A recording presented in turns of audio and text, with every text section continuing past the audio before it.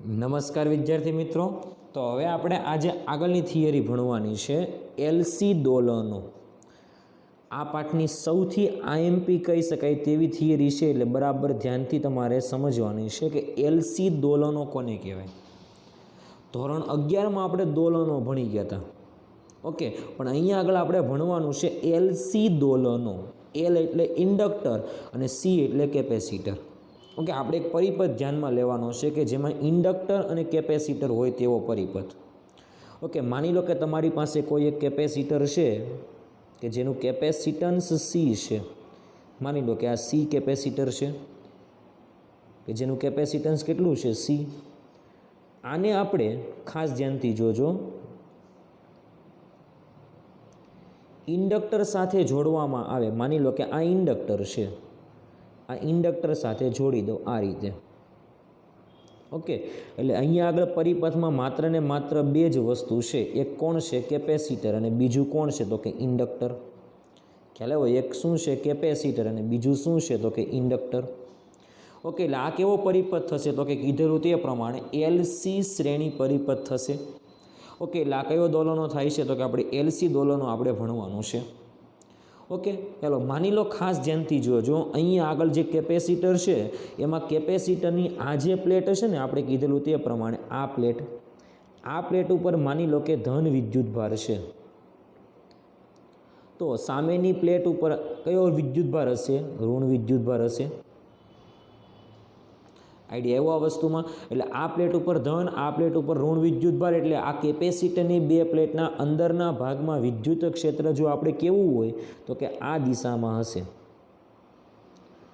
ધન પ્લેટથી ઋણ પ્લેટની દિશામાં હશે। આઈડિયા એવો આ વસ્તુમાં વિદ્યાર્થી મિત્રો, ઓકે। ચાલો હવે અહીંયા આગળ જ્યારે પરિપથ આપણે પૂર્ણ કરીએ, એટલે કે આ કેપેસિટરની બે પ્લેટ સાથે જો આપણે ઇન્ડક્ટર જોડીએ તો પરિપથ પૂર્ણ થાય એવું કહી શકાય। આ ઇન્ડક્ટર જે છે, ઇન્ડક્ટરનો આ છેડો એને હું પોઝિટિવ કહી દઈશ અને આ છેડો કે જેને હું નેગેટિવ કહીશ। આ બિંદુને હું નામ આપું એ અને નામ આપી દઉં બી, ઓકે। તો ઇન્ડક્ટર જે છે એ કેપેસિટર સાથે જોડવામાં આવે ત્યારે જ પરિપથ પૂર્ણ થયેલો છે તેવું કહી શકાય। એટલે ખાસ ધ્યાન આપજો, શરૂઆતમાં આપણે આવું કહી શકાય કે અહીં ટી બરાબર 0 સમય લઈ લો, તો ટી બરાબર 0 સમયે, ટી બરાબર 0 સમયે એટલે એને કહેવામાં આવે પ્રારંભમાં, ઓકે। પ્રારંભમાં જે છે એ કેપેસિટરને આપણે ઇન્ડક્ટર સાથે જોડેલું નથી, એટલે ઇન્ડક્ટર અને કેપેસિટર જોડાણમાં નથી। ખ્યાલ આવ્યો? પ્રારંભમાં વાત થાય છે, ખાસ યાદ રાખજો। આપણે કહી શકાય કે પ્રારંભમાં ટી બરાબર 0 સમયે ઇન્ડક્ટરને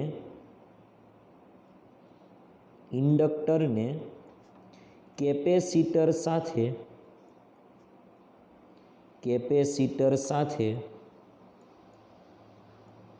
જોડેલું નથી। ખ્યાલ આવ્યો આ વસ્તુમાં? એટલે કહી શકાય કેપેસિટર સાથે જોડાણમાં નથી। પ્રારંભમાં ઇન્ડક્ટર જે છે કેપેસિટર સાથે જોડાણમાં નથી, એટલે કેપેસિટર સાથે જોડાણમાં નહીં હોય એટલા માટે આપણે કહી શકાય કે પ્રારંભમાં એટલે શરૂઆતમાં કેપેસિટર પર વિદ્યુતભાર કેવો હશે? મહત્તમ હશે। એટલા માટે આપણે લખી શકાય કે શરૂઆતમાં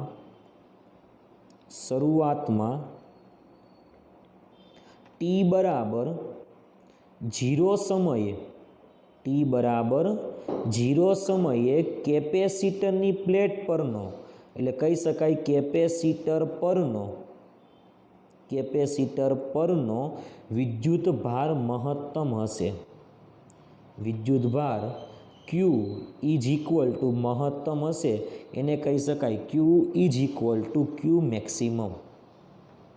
ખ્યાલ આવ્યો આ વસ્તુમાં વિદ્યાર્થી મિત્રો, okay. Q is equal to Q M, એટલે શરૂઆતમાં કેપેસિટર પર વિદ્યુતભાર કેવો છે? મહત્તમ છે। આઈડિયા એવો આ વસ્તુમાં વિદ્યાર્થી મિત્રો, ઓકે।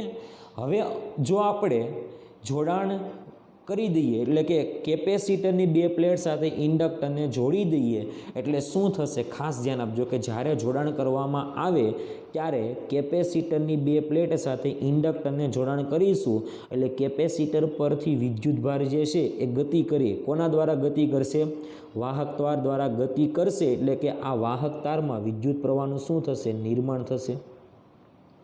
આઈડિયા એવો એટલે એવું કહી શકાય કે જ્યારે પરિપથ પૂર્ણ કરવામાં આવે ત્યારે કેપેસિટર પરના આ કેપેસિટર જે પર છે ને કેપેસિટર પર એ કેપેસિટર પર રહેલો વિદ્યુતભાર જે છે એ વાહક તાર દ્વારા શેના ઉપર જશે, ઇન્ડક્ટર દ્વારા જશે એટલે કે પરિપથમાં શેનું નિર્માણ થશે, પ્રવાહનું નિર્માણ થશે। એટલે હવે આપણે એવું કહી શકાય કે નવો મુદ્દો આપણે આ રીતે લખી શકાય કે જ્યારે પરિપથ જો આપણે પૂર્ણ કરીએ એટલે જ્યારે પરિપથ પૂર્ણ કરવામાં આવે, પરિપથ પૂર્ણ કરવામાં આવે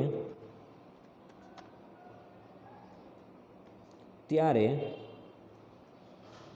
એટલે કે કેપેસિટરની બે પ્લેટ સાથે ઇન્ડક્ટર જોડવામાં આવે। આઈડિયા એવો પરિપથ પૂર્ણ કરવામાં આવે એનો મતલબ શું, કેપેસિટરની બે પ્લેટ સાથે આપણે ઇન્ડક્ટરને જોડીએ તો પૂર્ણ કરવામાં આવે ત્યારે જે વિદ્યુતભાર જે છે ને વિદ્યુતભાર એ વાહક તાર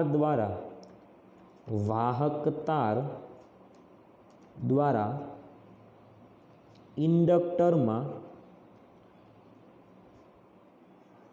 જાય છે। ક્યાં જાય છે, ઇન્ડક્ટરમાં જાય છે। પરિણામે આપણે એવું કહી શકાય કે પરિણામે પરિપથમાં પ્રવાહનું નિર્માણ થાય છે। એટલા માટે મુદ્દો આપણે લખી શકાય કે પરિણામે આપણે એવું કહી શકાય કે પરિણામે પરિપથમાં પ્રવાહનું નિર્માણ થાય છે। શેનું નિર્માણ થાય છે, પ્રવાહનું નિર્માણ થાય છે। ખ્યાલ આવ્યો આ વસ્તુમાં વિદ્યાર્થી મિત્રો? ઓકે, હવે ખાસ ધ્યાન આપજો અહીંયા આગળ પ્રવાહનું નિર્માણ થશે એટલે પરિપથમાંથી પ્રવાહ જશે। જેમ જેમ કેપેસિટરમાંથી વિદ્યુતભાર વધતો જશે તેમ તેમ પ્રવાહ વધતો જશે, તેમ તેમ વધેલો પ્રવાહ જે છે એ ઇન્ડક્ટરમાંથી પસાર થશે। આઈડિયા એટલે સમય સાથે ઇન્ડક્ટરમાંથી વહેતા પ્રવાહના મૂલ્યમાં વધારો થશે એટલે ઇન્ડક્ટરનો બે છેડા છે એ ઇન્ડક્ટરના બે છેડા વચ્ચે EMF પ્રેરિત થશે। ખ્યાલ આવ્યો આ વસ્તુમાં? કયું EMF પ્રેરિત થશે તો કે આત્મ પ્રેરિત EMF પ્રેરિત થશે। ખ્યાલ આવ્યો આ વસ્તુમાં? તો એટલા માટે હવે આપણે મુદ્દો લખી શકાય કે જેમ કેપેસિટરમાંથી વિદ્યુતભાર જેમ ઇન્ડક્ટરમાં જાય એટલે કેપેસિટરમાંથી વિદ્યુતભાર જેમ પ્રવાહનું નિર્માણ વધારે કરાવશે તેમ પ્રવાહના વધારા સાથે ઇન્ડક્ટરમાં વધારો પ્રવાહનો થશે એટલે ઇન્ડક્ટર સાથે સંકળાયેલા ફ્લક્સમાં વધારો થશે એટલે ઇન્ડક્ટરના બે છેડે EMF પ્રેરિત થશે। ખ્યાલ આવ્યો આ વસ્તુમાં? એટલા માટે આપણે કહી શકાય કે સમય સાથે આપણે અહીંયા આગળ મુદ્દો લખી શકાય કે સમય સાથે વિદ્યુતભારમાં સમય સાથે એટલે સમયના વધારા સાથે આપણે એવું લખી શકાય કે સમયના વધારા સાથે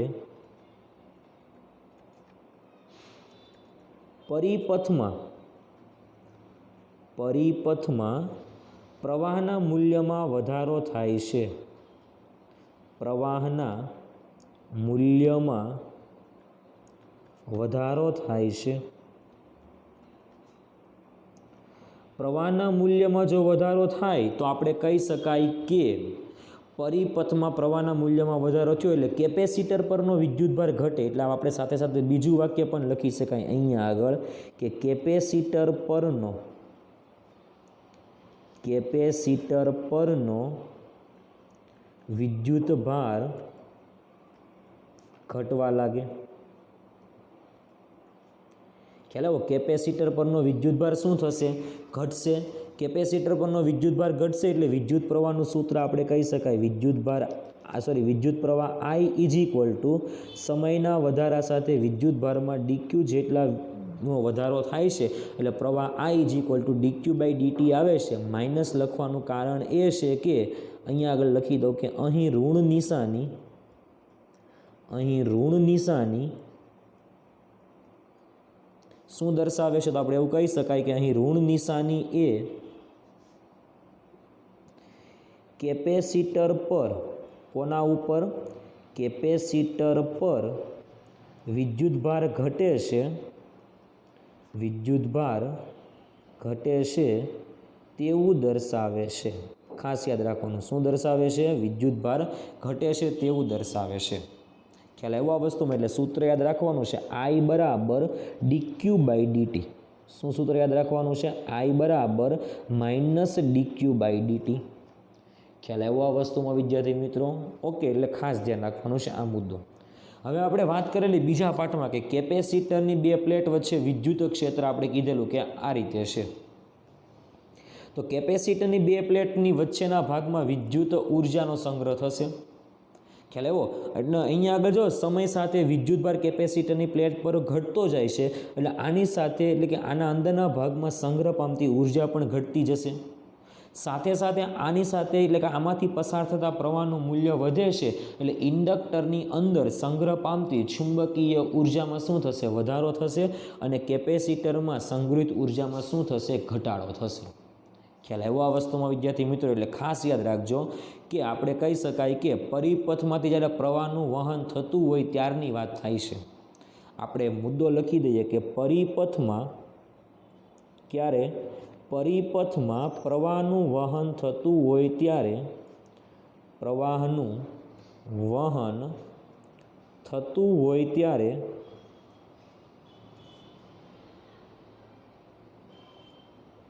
પરિપથમાં પ્રવાહનું વહન થતું હોય ત્યારે આપણે કહી શકાય કે કેપેસિટર પરનો વિદ્યુતભાર ઘટે છે। કેપેસિટર પર વિદ્યુતભાર ઘટે છે માટે કેપેસિટરમાં સંગ્રહ પામતી, ક્યાં? તો કહી શકાય તે પ્રમાણે કેપેસિટરમાં સંગ્રહ પામતી ઉર્જા ઘટે। હવે કેપેસિટર પર વિદ્યુતભાર ઘટે છે એટલે કહી શકાય કે ઇન્ડક્ટરમાંથી વહેતો પ્રવાહ વધે છે। સાથે સાથે આપણે આવું પણ કહી શકાય કે ઇન્ડક્ટરમાંથી વહેતો પ્રવાહ વધે છે। વહેતા પ્રવાહનું મૂલ્ય વધે છે। પ્રવાહનું મૂલ્ય વધતું હોય તો એટલા માટે આપણે કહી શકાય કે ઇન્ડક્ટરમાં સંગ્રહ પામતી ચુંબકીય ઉર્જા વધશે, માટે ઇન્ડક્ટરમાં સંગ્રહ પામતી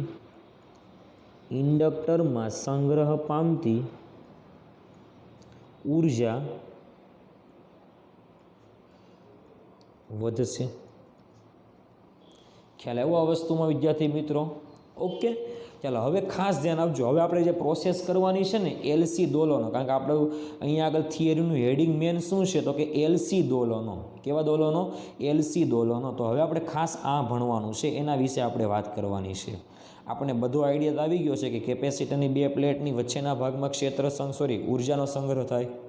અહીંયા આગળ ઇન્ડક્ટરના અંદરના ભાગમાં ચુંબકીય ઉર્જાનો સંગ્રહ થશે। ખ્યાલ આવ્યો? પર આપણો પ્રશ્ન એ છે કે એલસી પરિપથના દોલનો કેવી રીતે થાય? એલસી પરિપથમાં દોલનો કઈ રીતે થાય તેના વિશેની વાત કરવાની છે। ખ્યાલ આવ્યો? તો હવે આપણે બધી સ્ટેપ બાય સ્ટેપ અહીંયા આગળ શરૂઆતથી આપણે આકૃતિ જોવાની છે, એટલે તમને વધારે આઈડિયા આવશે। જો આપણે આકૃતિ જોઈએ, તમને અહીંયા આગળ જુઓ, શરૂઆતમાં શું કીધેલું છે કે આ કેપેસિટરની બે પ્લેટ સાથે ઇન્ડક્ટર જોડેલું નથી। કેપેસિટરની બે પ્લેટ સાથે ઇન્ડક્ટર જોડેલું નથી, એટલા માટે આપણે એવું કહી શકાય કે ખાસ યાદ રાખજો કે આ કેપેસિટર જે છે એ અહીંયા આગળથી વિદ્યુતભારનું વહન અહીંયા આગળ થવા દેશે નહીં। એટલે શરૂઆતમાં પરિપથમાં ટી બરાબર 0 સમયે ખાસ યાદ રાખજો પરિપથમાંથી પ્રવાહ વહેતો નથી, એટલા માટે કહી શકાય કે I બરાબર 0 છે। એટલા માટે કહી શકાય કે ટી બરાબર 0 સમયે I બરાબર 0। ઓકે, એટલે કેપેસિટરની બે પ્લેટ સાથે ઇન્ડક્ટર જોડાણમાં નથી, જુઓ અહીંયા, એટલે પરિપથમાંથી પ્રવાહનું વહન થશે નહીં। એટલા માટે આપણે કહી શકાય કે શરૂઆતમાં કેપેસિટરની બે પ્લેટની વચ્ચેના ભાગમાં ઉર્જા મહત્તમ સંગ્રહિત થયેલી હશે. એટલા માટે કહી શકાય કે કેપેસિટરમાં સંગ્રહ પામતી ઉર્જા કેપેસિટરમાં સંગૃહિત ઉર્જા એટલે કહી શકાય કેપેસિટરમાં સંગ્રહ પામતી ઉર્જા કે યુ ઈ કહી દઈએ.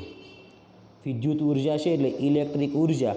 આપણી પાસે સૂત્ર છે ઉર્જાનું Q²/2C, પણ વિદ્યુત ભાર મહત્તમ છે એટલે Qm²/2C.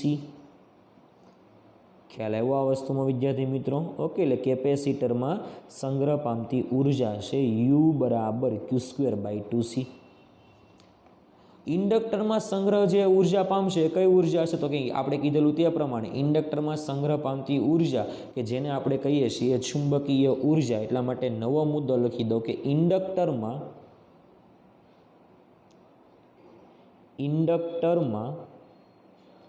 સંગ્રહ પામતી ઉર્જા, ઇન્ડક્ટરમાં સંગ્રહ પામતી ઉર્જા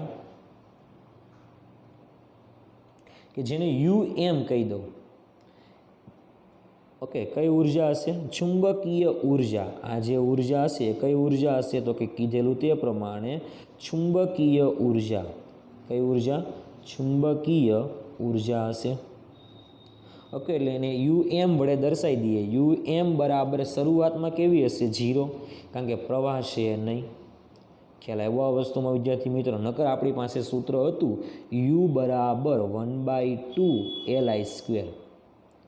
આ ઇન્ડક્ટરમાં સંગ્રહ પામતી ઉર્જાનું સૂત્ર છે U = 1/2LI². ખ્યાલ આવ્યો? એટલે શરૂઆતમાં આપણે કહીએ તે પ્રમાણે શરૂઆતમાં જે છે કેપેસિટરના વચ્ચેના ભાગમાં ઉર્જા સંગ્રહ હશે અને અહીંયા આગળ કેપેસિટરના વચ્ચેના ભાગમાં ઉર્જા સંગ્રહિત હશે, ઇન્ડક્ટરના વચ્ચેના ભાગમાં ઉર્જા સંગ્રહિત હશે નહીં. તો આની જે ઉર્જા છે એને આપણે કહીએ UE = મેક્સિમમ હશે. અને આની ઉર્જા જે છે UM, ઇન્ડક્ટરમાં સંગ્રહ પામતી ઉર્જા, એ કેવી હશે? 0 હશે. કયા સમયે? 0 સમયે. હવે જ્યારે આનું જોડાણ કરી દઈએ એટલે પરિપથમાંથી પ્રવાહ વહેતો જાય. ખ્યાલ આવ્યો? એક સમય એવો આવશે કે પરિપથમાં આપણે કીધેલું તે પ્રમાણે જેમ જેમ આની અંદરથી પ્રવાહનું વહન થતું જાય તેમ તેમ સમય સાથે આની સાથે સંકળાયેલો વિદ્યુત પ્રવાહમાં વધારો થશે. એક સમયે પ્રવાહ વધીને મેક્સિમમ થઈ જાય એટલે આપણે કીધેલું પ્રવાહ મેક્સિમમ થાય ત્યારે સમય થશે આવર્તકાળ કરતાં કેટલા ભાગનો સમય થશે? ચોથા ભાગનો સમય. કારણ કે પ્રવાહ જે છે આવર્તકાળના ચોથા ભાગના સમયમાં વધીને મહત્તમ થાય અથવા ઘટીને 0 થઈ જાય. ખ્યાલ આવ્યો આ વસ્તુમાં? એટલા માટે કહી શકાય કે જ્યારે આને જોડવામાં આવે, જ્યારે આને શું કરવામાં આવે? જોડવામાં આવશે ત્યારે ધીરે ધીરે આની અંદરથી પ્રવાહના મૂલ્યમાં વધારો થશે અને સમય જ્યારે આવર્તકાળના ચોથા ભાગ જેટલો સમય થઈ જશે ત્યારે આની અંદરથી વહેતા પ્રવાહનું મૂલ્ય કેવું થઈ જશે? મહત્તમ થઈ જશે. એટલે ખાસ યાદ રાખજો. હવે આપણે આને શું કરવાની છે? કળ બંધ કરવાની છે અને કળ બંધ કરો એટલે પરિપથમાંથી પ્રવાહના મૂલ્યમાં શું થાય? વધારો થાય. એટલા માટે હવે આપણે મુદ્દો એવો લખી શકાય કે હવે જ્યારે પરિપથ પૂર્ણ કરવામાં આવે, પરિપથ કેવો કરવામાં આવે? પૂર્ણ કરવામાં આવે. પરિપથ પૂર્ણ કરવામાં આવે ત્યારે પરિપથમાંથી પ્રવાહના મૂલ્યમાં એટલે પરિપથમાંથી વહેતા પ્રવાહના મૂલ્યમાં પરિપથમાં વહેતા પ્રવાહના મૂલ્યમાં વધારો થાય છે.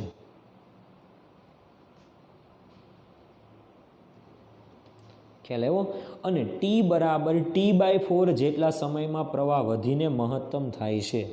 એટલે કહી શકાય કે T/T/4 જેટલા સમયમાં પ્રવાહ મહત્તમ થાય છે. એટલે I = I મેક્સિમમ થશે. ખ્યાલ આવ્યો? એટલે અહીંયા આગળ આપણે એવું કહી શકાય કે શરૂઆતમાં આપણે કીધેલું ને, શરૂઆતમાં આની પાસે ઉર્જા મહત્તમ, આની પાસે 0. જ્યારે અહીંયા આગળ તમે કળ જોડી દો ત્યારે ધીરે ધીરે ધીરે આની અંદરથી પ્રવાહનું નિર્માણ થશે, એટલે આની સાથે ઉર્જામાં ધીરે ધીરે વધારો થશે. T/4 જેટલો સમયગાળો થઈ જશે, એટલા માટે આમાંથી મહત્તમ ઉર્જા થઈ જશે ને આની બધી ઉર્જા આમાં રૂપાંતર થઈ જશે. શરૂઆતમાં ધીરે ધીરે આમાંથી આમાં ઉર્જામાં રૂપાંતર થશે, એટલે કેપેસિટરમાં સંગ્રહ પામતી ઉર્જાનું ઇન્ડક્ટરમાં સંગ્રહ પામતી ઉર્જામાં રૂપાંતર થશે. ખ્યાલ આવ્યો? એટલે હવે આની આકૃતિ આપણી આવી બનશે. ખાસ ધ્યાનથી જોજો. તમે અહીંયા આગળ ધ્યાનથી જુઓ શું કીધેલું છે કે પ્રવાહ મહત્તમ નથી, પ્રવાહ I બરાબર છે. એટલે અહીંયા આગળ સમય જે છે ને એ 0 સમય એટલે પ્રારંભના સમય પછીનો સમય છે, પરંતુ T/4 પહેલાંનો સમય છે. કારણ કે T/4 તો આપણે કીધેલું પ્રવાહ મહત્તમ થાય, પણ અહીંયા આગળ જે તમને પ્રવાહ આપેલો છે એ 0 કરતાં વધારે સમયે અને T/4 કરતાં ઓછા સમયે છે. એટલે આની અંદરથી વિદ્યુતભાર આમાં જશે એટલે પ્રવાહનું નિર્માણ કરશે, એટલે આની અંદર સંગ્રહ પામતી ઉર્જા ઘટશે અને આમાં ઉર્જામાં સંગ્રહ પામવાનો શું થશે? વધારો થશે. એટલા માટે હવે કહી શકાય કે T બરાબર આવા સમયે, એટલે કહી શકાય કે આવા સમયે કેપેસિટરમાં, ક્યાં? કેપેસિટરમાં ઉર્જાનો એટલે સંગ્રહ પામતી ઉર્જાનો ઘટાડો થશે, પરંતુ ઇન્ડક્ટરમાં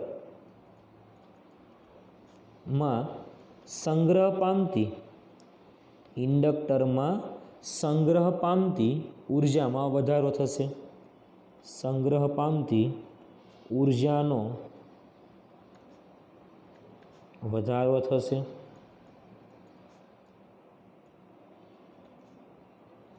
ખ્યાલ આવ્યો આ વસ્તુમાં વિદ્યાર્થી મિત્રો? ઓકે, એટલે ખાસ ધ્યાન આપવાનું છે. અહીંયા આગળ પહેલાં ઉર્જા હતી જ નહીં, અહીંયા આગળ હતી. અહીંયા આગળ મેક્સિમમ હતી, અહીંયા આગળ 0 હતી. હવે અહીંયા આગળ ઘટશે ને અહીંયા આગળ વધશે. હવે T/4 જેટલો સમય થાય તેના માટેની જો આપણે આકૃતિ દોરવી હોય તો અહીંયા આગળ પ્રવાહ I હતો, હવે પ્રવાહ I મેક્સિમમ થઈ ગયો. જુઓ, પ્રવાહ I મેક્સિમમ થઈ ગયો એટલે કેપેસિટરમાં, એટલે T બરાબર કેટલો સમય હશે? આ T/4 જેટલો સમય હશે. તો T/4 જેટલા સમયમાં જો આપણે કહેવું હોય તો કહી શકાય કે પ્રવાહ I = કેવા થાય? I મેક્સિમમ થાય. પ્રવાહ I = I મેક્સિમમ થાય એટલે કેપેસિટરમાં સંગ્રહ પામતી ઉર્જા કે જેને આપણે કીધેલું UE કેટલી થઈ ગઈ હશે? 0. ઓકે, અને આપણે અહીંયા આગળ કહી શકાય કે ઇન્ડક્ટરમાં સંગ્રહ પામતી ઉર્જા UM થઈ ગઈ હશે 1/2L. આઈની જગ્યાએ આપણે કહી શકાય IM મૂકી દઈએ એટલે IM² થઈ ગયું. એટલે કેપેસિટરની સંપૂર્ણ ઉર્જાનું શેમાં રૂપાંતર થઈ ગયું? ઇન્ડક્ટરમાં સંગ્રહિત થઈ ગયું. ખ્યાલ આવ્યો આ વસ્તુમાં? એટલા માટે અહીંયા આગળ કહી શકાય કે કેપેસિટરમાં રહેલી ઉર્જાનું ઇન્ડક્ટરની ઉર્જામાં સંગ્રહ પામે છે. ખ્યાલ આવ્યો? એટલે અહીંયા આગળ આપણે આકૃતિ ઉપરથી આપણે કહી શકાય કે UE કેપેસિટરમાં સંગ્રહ પામતી ઉર્જા 0, ઇન્ડક્ટરમાં સંગ્રહ પામતી ઉર્જા કેવી થઈ ગઈ? મેક્સિમમ થઈ ગઈ. ખ્યાલ આવ્યો આ વસ્તુમાં? ઓકે, હવે શું થશે? ખાસ ધ્યાનથી જોજો. હવે આનો પ્રવાહ મહત્તમ, અહીંયા કેપેસિટર પર ઉર્જા કેવી થઈ ગઈ? 0. એટલે હવે શું થશે? ઇન્ડક્ટરમાંથી વિદ્યુતભાર નીકળીને ક્યાં જશે? કેપેસિટર ઉપર જશે. એટલે ઇન્ડક્ટરમાંથી વિદ્યુત ભાર નીકળતા જશે એટલે વિદ્યુતભાર ઓછો થતો જશે, એટલે પ્રવાહ ઓછો થતો જાય. એટલે કે અહીંયા આગળ વિદ્યુતભાર ફરીવાર ક્યાં જમા થતા જાય? કેપેસિટરની પ્લેટ ઉપર. કારણ કે અહીંયા આગળથી આવે છે, આમાંથી પસાર થાય છે, ઉર્જા મહત્તમ, પ્રવાહ મહત્તમ. હવે અહીંયા આગળ જે છે વિદ્યુતભાર ફરીવાર ઇન્ડક્ટરમાંથી ક્યાં આવે છે? કેપેસિટરમાં આવે છે. ખ્યાલ આવ્યો? હવે આપણે કહી શકાય કે T/4 જેટલા સમય પછી, T/4 જેટલા સમય બાદ એટલે ખાસ યાદ રાખવાનું, કયા સમય બાદ? T/4 જેટલા સમય બાદ આપણે કહી શકાય, ખાસ યાદ રાખજો, કે ઇન્ડક્ટર પરથી વિદ્યુતભાર ક્યાં આવે? કેપેસિટર પર આવે છે. એટલે ઇન્ડક્ટર પરથી વિદ્યુતભાર કેપેસિટરની પ્લેટ પર, કેપેસિટરની પ્લેટ પર જમા થાય છે. ખ્યાલ આવ્યો? એટલે અહીંયા આગળ T/4 જેટલા સમયમાં આની પાસે ઉર્જા 0 હતી અને આની પાસે મહત્તમ હતી. હવે T/4 જેટલા સમય બાદ આની પાસે ઉર્જા ધીરે ધીરે ઘટશે અને આની પાસે ઉર્જા ધીરે ધીરે વધશે. એટલે ખાસ યાદ રાખજો, અહીંયા આગળ શું કહી શકાય તેના વિશેની વાત કરવાની છે. તો કે આપણે કહી શકાય કે અહીં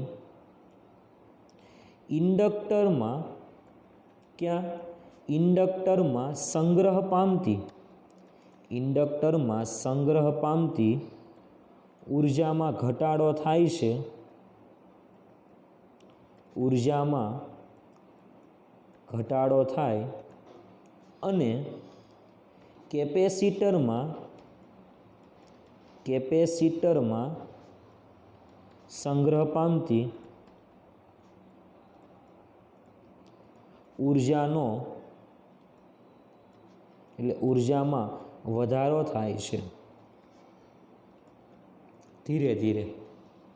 ખ્યાલ આવ્યો? એટલા માટે હવે આકૃતિ આપણે આવી બનશે, ખાસ ધ્યાનથી જોજો. જો અહીંયા આગળ આની સાથે સંગ્રહ પામતી ઉર્જા ધીરે ધીરે શું થાય? ઘટતી જાય છે અને આમાં વિદ્યુતભાર જમા થતો જાય છે. એટલે અહીંયા આગળ આપણે ધન વિદ્યુતભાર જે બહાર કાઢેલો પહેલી વખત, અહીંયા આગળ આપણે વાત કરેલી તે પ્રમાણે ધન વિદ્યુતભાર જે પ્લેટ ઉપરથી આવતો હતો આમ, ખ્યાલ આવ્યો આ વસ્તુમાં, એ ધન વિદ્યુતભાર પાછો અહીંયા જમા થતો જશે. એટલે હવેની આકૃતિમાં શું થાય? અહીંયા આગળ ધન વિદ્યુતભાર જમા થાય, અહીંયા આગળ ઋણ વિદ્યુતભાર જમા થાય. પણ આની ઉર્જા ધીરે ધીરે શું થશે? ઘટશે. એટલે આની ઉર્જા ધીરે ધીરે ઉર્જા ઘટશે અને આમાં સંગ્રહ પામતી ઉર્જા ધીરે ધીરે એટલે ધીમે ધીમે ઉર્જા વધશે. આઈડિયા આવ્યો? આમાં ઉર્જા ઘટશે અને આમાં ઉર્જા વધશે. ખ્યાલ આવ્યો? હવે એક સમયે ફરીવાર શું થશે? આમાંથી પ્રવાહ ઘટીને કેટલો? 0. ખ્યાલ આવ્યો? એટલે આમાં પ્રવાહ ઘટતો જશે એટલે ઘટીને અંતે 0. તો આમાં આમાં વિદ્યુતભાર વધીને કેવો થઈ જશે? મેક્સિમમ થઈ જશે. એટલે ખાસ યાદ રાખજો, હવે નવી આકૃતિ આવે, નવી આકૃતિમાં શું આવશે? તો કે T/2 જેટલો સમય. કારણ કે અહીંયા આગળ કીધેલું તે પ્રમાણે T/4 જેટલા સમયમાં તો આવું થઈ ગયું. અહીંયા આગળ T/4 જેટલા સમય કરતાં ઓછા સમયમાં, T/2 જેટલા સમયમાં તો T/4 જેટલા સમયમાં તો આવું થઈ ગયું. હવે ધીરે ધીરે ઘટીને આવું થાય છે અને હવે કહી શકાય કે T/2 જેટલા સમયમાં T/2 જેટલા સમયમાં ઇન્ડક્ટરમાં પ્રવાહ ઘટીને ઇન્ડક્ટરમાં પ્રવાહ ઘટીને 0 થાય છે. પ્રવાહ ઘટીને કેવો થાય છે? તો કે 0 થાય છે. એટલે I કેટલા થઈ જશે? 0. તો આ સમયે કેપેસિટર પર વિદ્યુતભાર મહત્તમ થઈ જાય છે.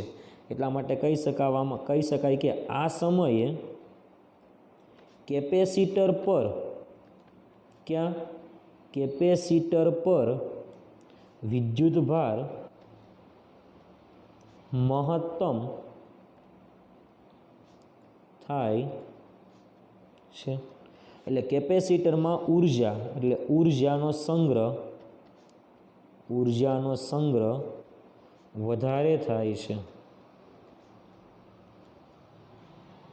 ખ્યાલ આવ્યો? એટલે T/2 જેટલા સમયમાં આપણે કહી શકાય કે અહીંયા આગળ જે સમય છે અહીંયા આગળ કહી શકાય કે I ઘટીને કેટલો?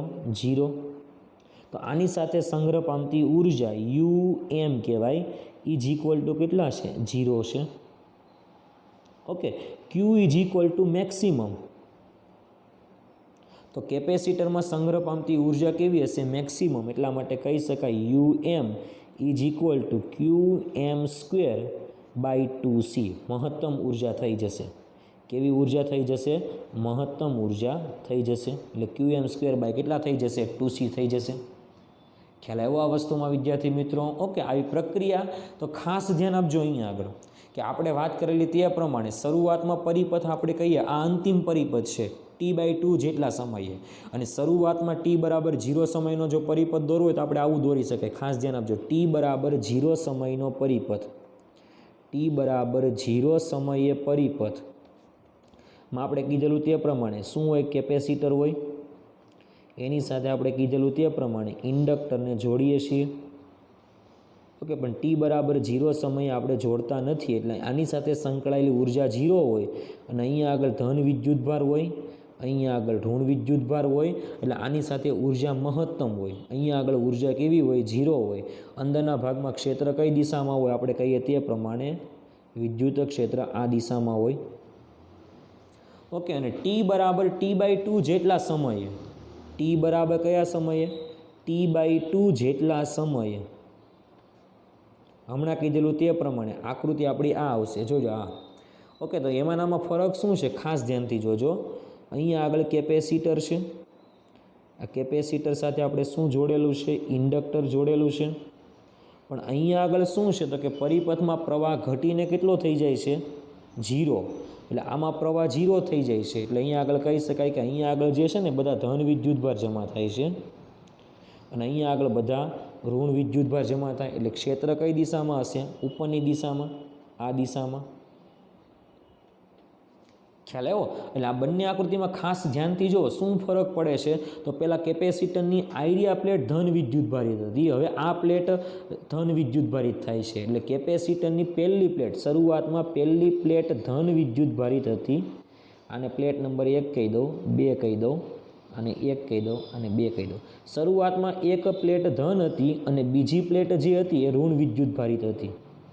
બીજી પ્લેટ કેવી હતી? ઋણ વિદ્યુતભારિત. આમાં હવે અંતમાં પહેલી પ્લેટ કેવી થાય છે? ઋણ વિદ્યુતભારિત. અને બીજી પ્લેટ કેવી થાય છે? ધન વિદ્યુતભારિત. ખ્યાલ આવ્યો આ વસ્તુમાં? એટલા માટે અહીંયા કહી શકાય કે વિદ્યુત ભાર જે છે એ દોલનો કરે છે. જો શરૂઆતમાં અહીંયા છે, પછી ધન અહીંયા આવે, ઋણ અહીંયા આવી જાય. આઈડિયા આવ્યો આ વસ્તુમાં? પણ કોના થકી? તો કે ઇન્ડક્ટર છે એટલા માટે આવું થાય છે. વિદ્યુતભાર અહીંયા આગળથી આ પ્લેટ ઉપર આવે છે, પાછા અહીંયાથી આવું થાય છે. એટલે હવેનો જે પરિપથ થશે એટલે અંતમાં પાછો ટી જેટલો સમય થશે એટલે ફરીવાર અહીંયા આગળ ધન આવશે ને અહીંયા આગળ ઋણ આવશે. એટલે શરૂઆતમાં આપણે કીધેલું તે પ્રમાણે ધન છે, T/2 જેટલા સમયમાં અહીંયા ઋણ આવે અને ફરીવાર હવે ટી જેટલા સમયમાં પાછો અહીંયા આગળ ધન વિદ્યુતભારિત થશે. ખ્યાલ આવ્યો? એટલા માટે કહી શકાય કે હવે ખાસ ધ્યાન આપજો અહીંયા આગળ કે વિદ્યુતભાર જે છે ને એ બે પ્લેટ વચ્ચેનો વિદ્યુતભાર, આ બે પ્લેટ પરનો જે વિદ્યુતભાર છે ને એ બે પ્લેટ પરનો વિદ્યુતભાર ઇન્ડક્ટર છે જોડેલું છે એટલા માટે ઇન્ડક્ટર દ્વારા શું થાય છે તો કે દોલનો કરે છે. એટલે અહીંયા આગળ હું વાક્ય લખી દઉં છું કે અહીં આપણે કહી શકાય કે અહીં વિદ્યુતભાર એટલે કોના ઉપર? તો કે કહી શકાય કે કેપેસિટરની બે પ્લેટ પરનો, કેપેસિટરની પ્લેટ પરનો વિદ્યુતભાર જે છે એ ઇન્ડક્ટર દ્વારા, એટલે કહી શકાય કે ઇન્ડક્ટર થકી, એટલે ઇન્ડક્ટરને લીધે, ઇન્ડક્ટર થકી દોલનો કરે છે. આપણે આવું કહી શકાય કે ઇન્ડક્ટર થકી શું કરે છે તો કે દોલનો કરે છે. આ ઘટનાને, વિદ્યુતભારના દોલનોની ઘટનાને, એટલે આ ઘટનાને એલસી દોલનો, કેવા દોલનો? એલસી દોલનો કહે છે. ખાસ યાદ રાખવાનું છે. કેવા દોલનો કહેવાય? એલસી દોલનો કહેવાય છે. ખાસ યાદ રાખજો આ ઘટનાને કે વિદ્યુતભાર જે છે એ વિદ્યુતભાર એ ઇન્ડક્ટર થકી દોલનો કરે છે માટે એને કહેવામાં આવે છે એલસી દોલનો. કેવા દોલનો કહેવામાં આવે? એલસી દોલનો કહેવામાં આવે છે. ખ્યાલ આવ્યો આ વસ્તુમાં વિદ્યાર્થી મિત્રો? ઓકે, તો આ રીતે એલસી દોલનો થાય છે. કેવા દોલનો થાય છે? એલસી દોલનો થાય છે. ખ્યાલ આવ્યો આ વસ્તુમાં?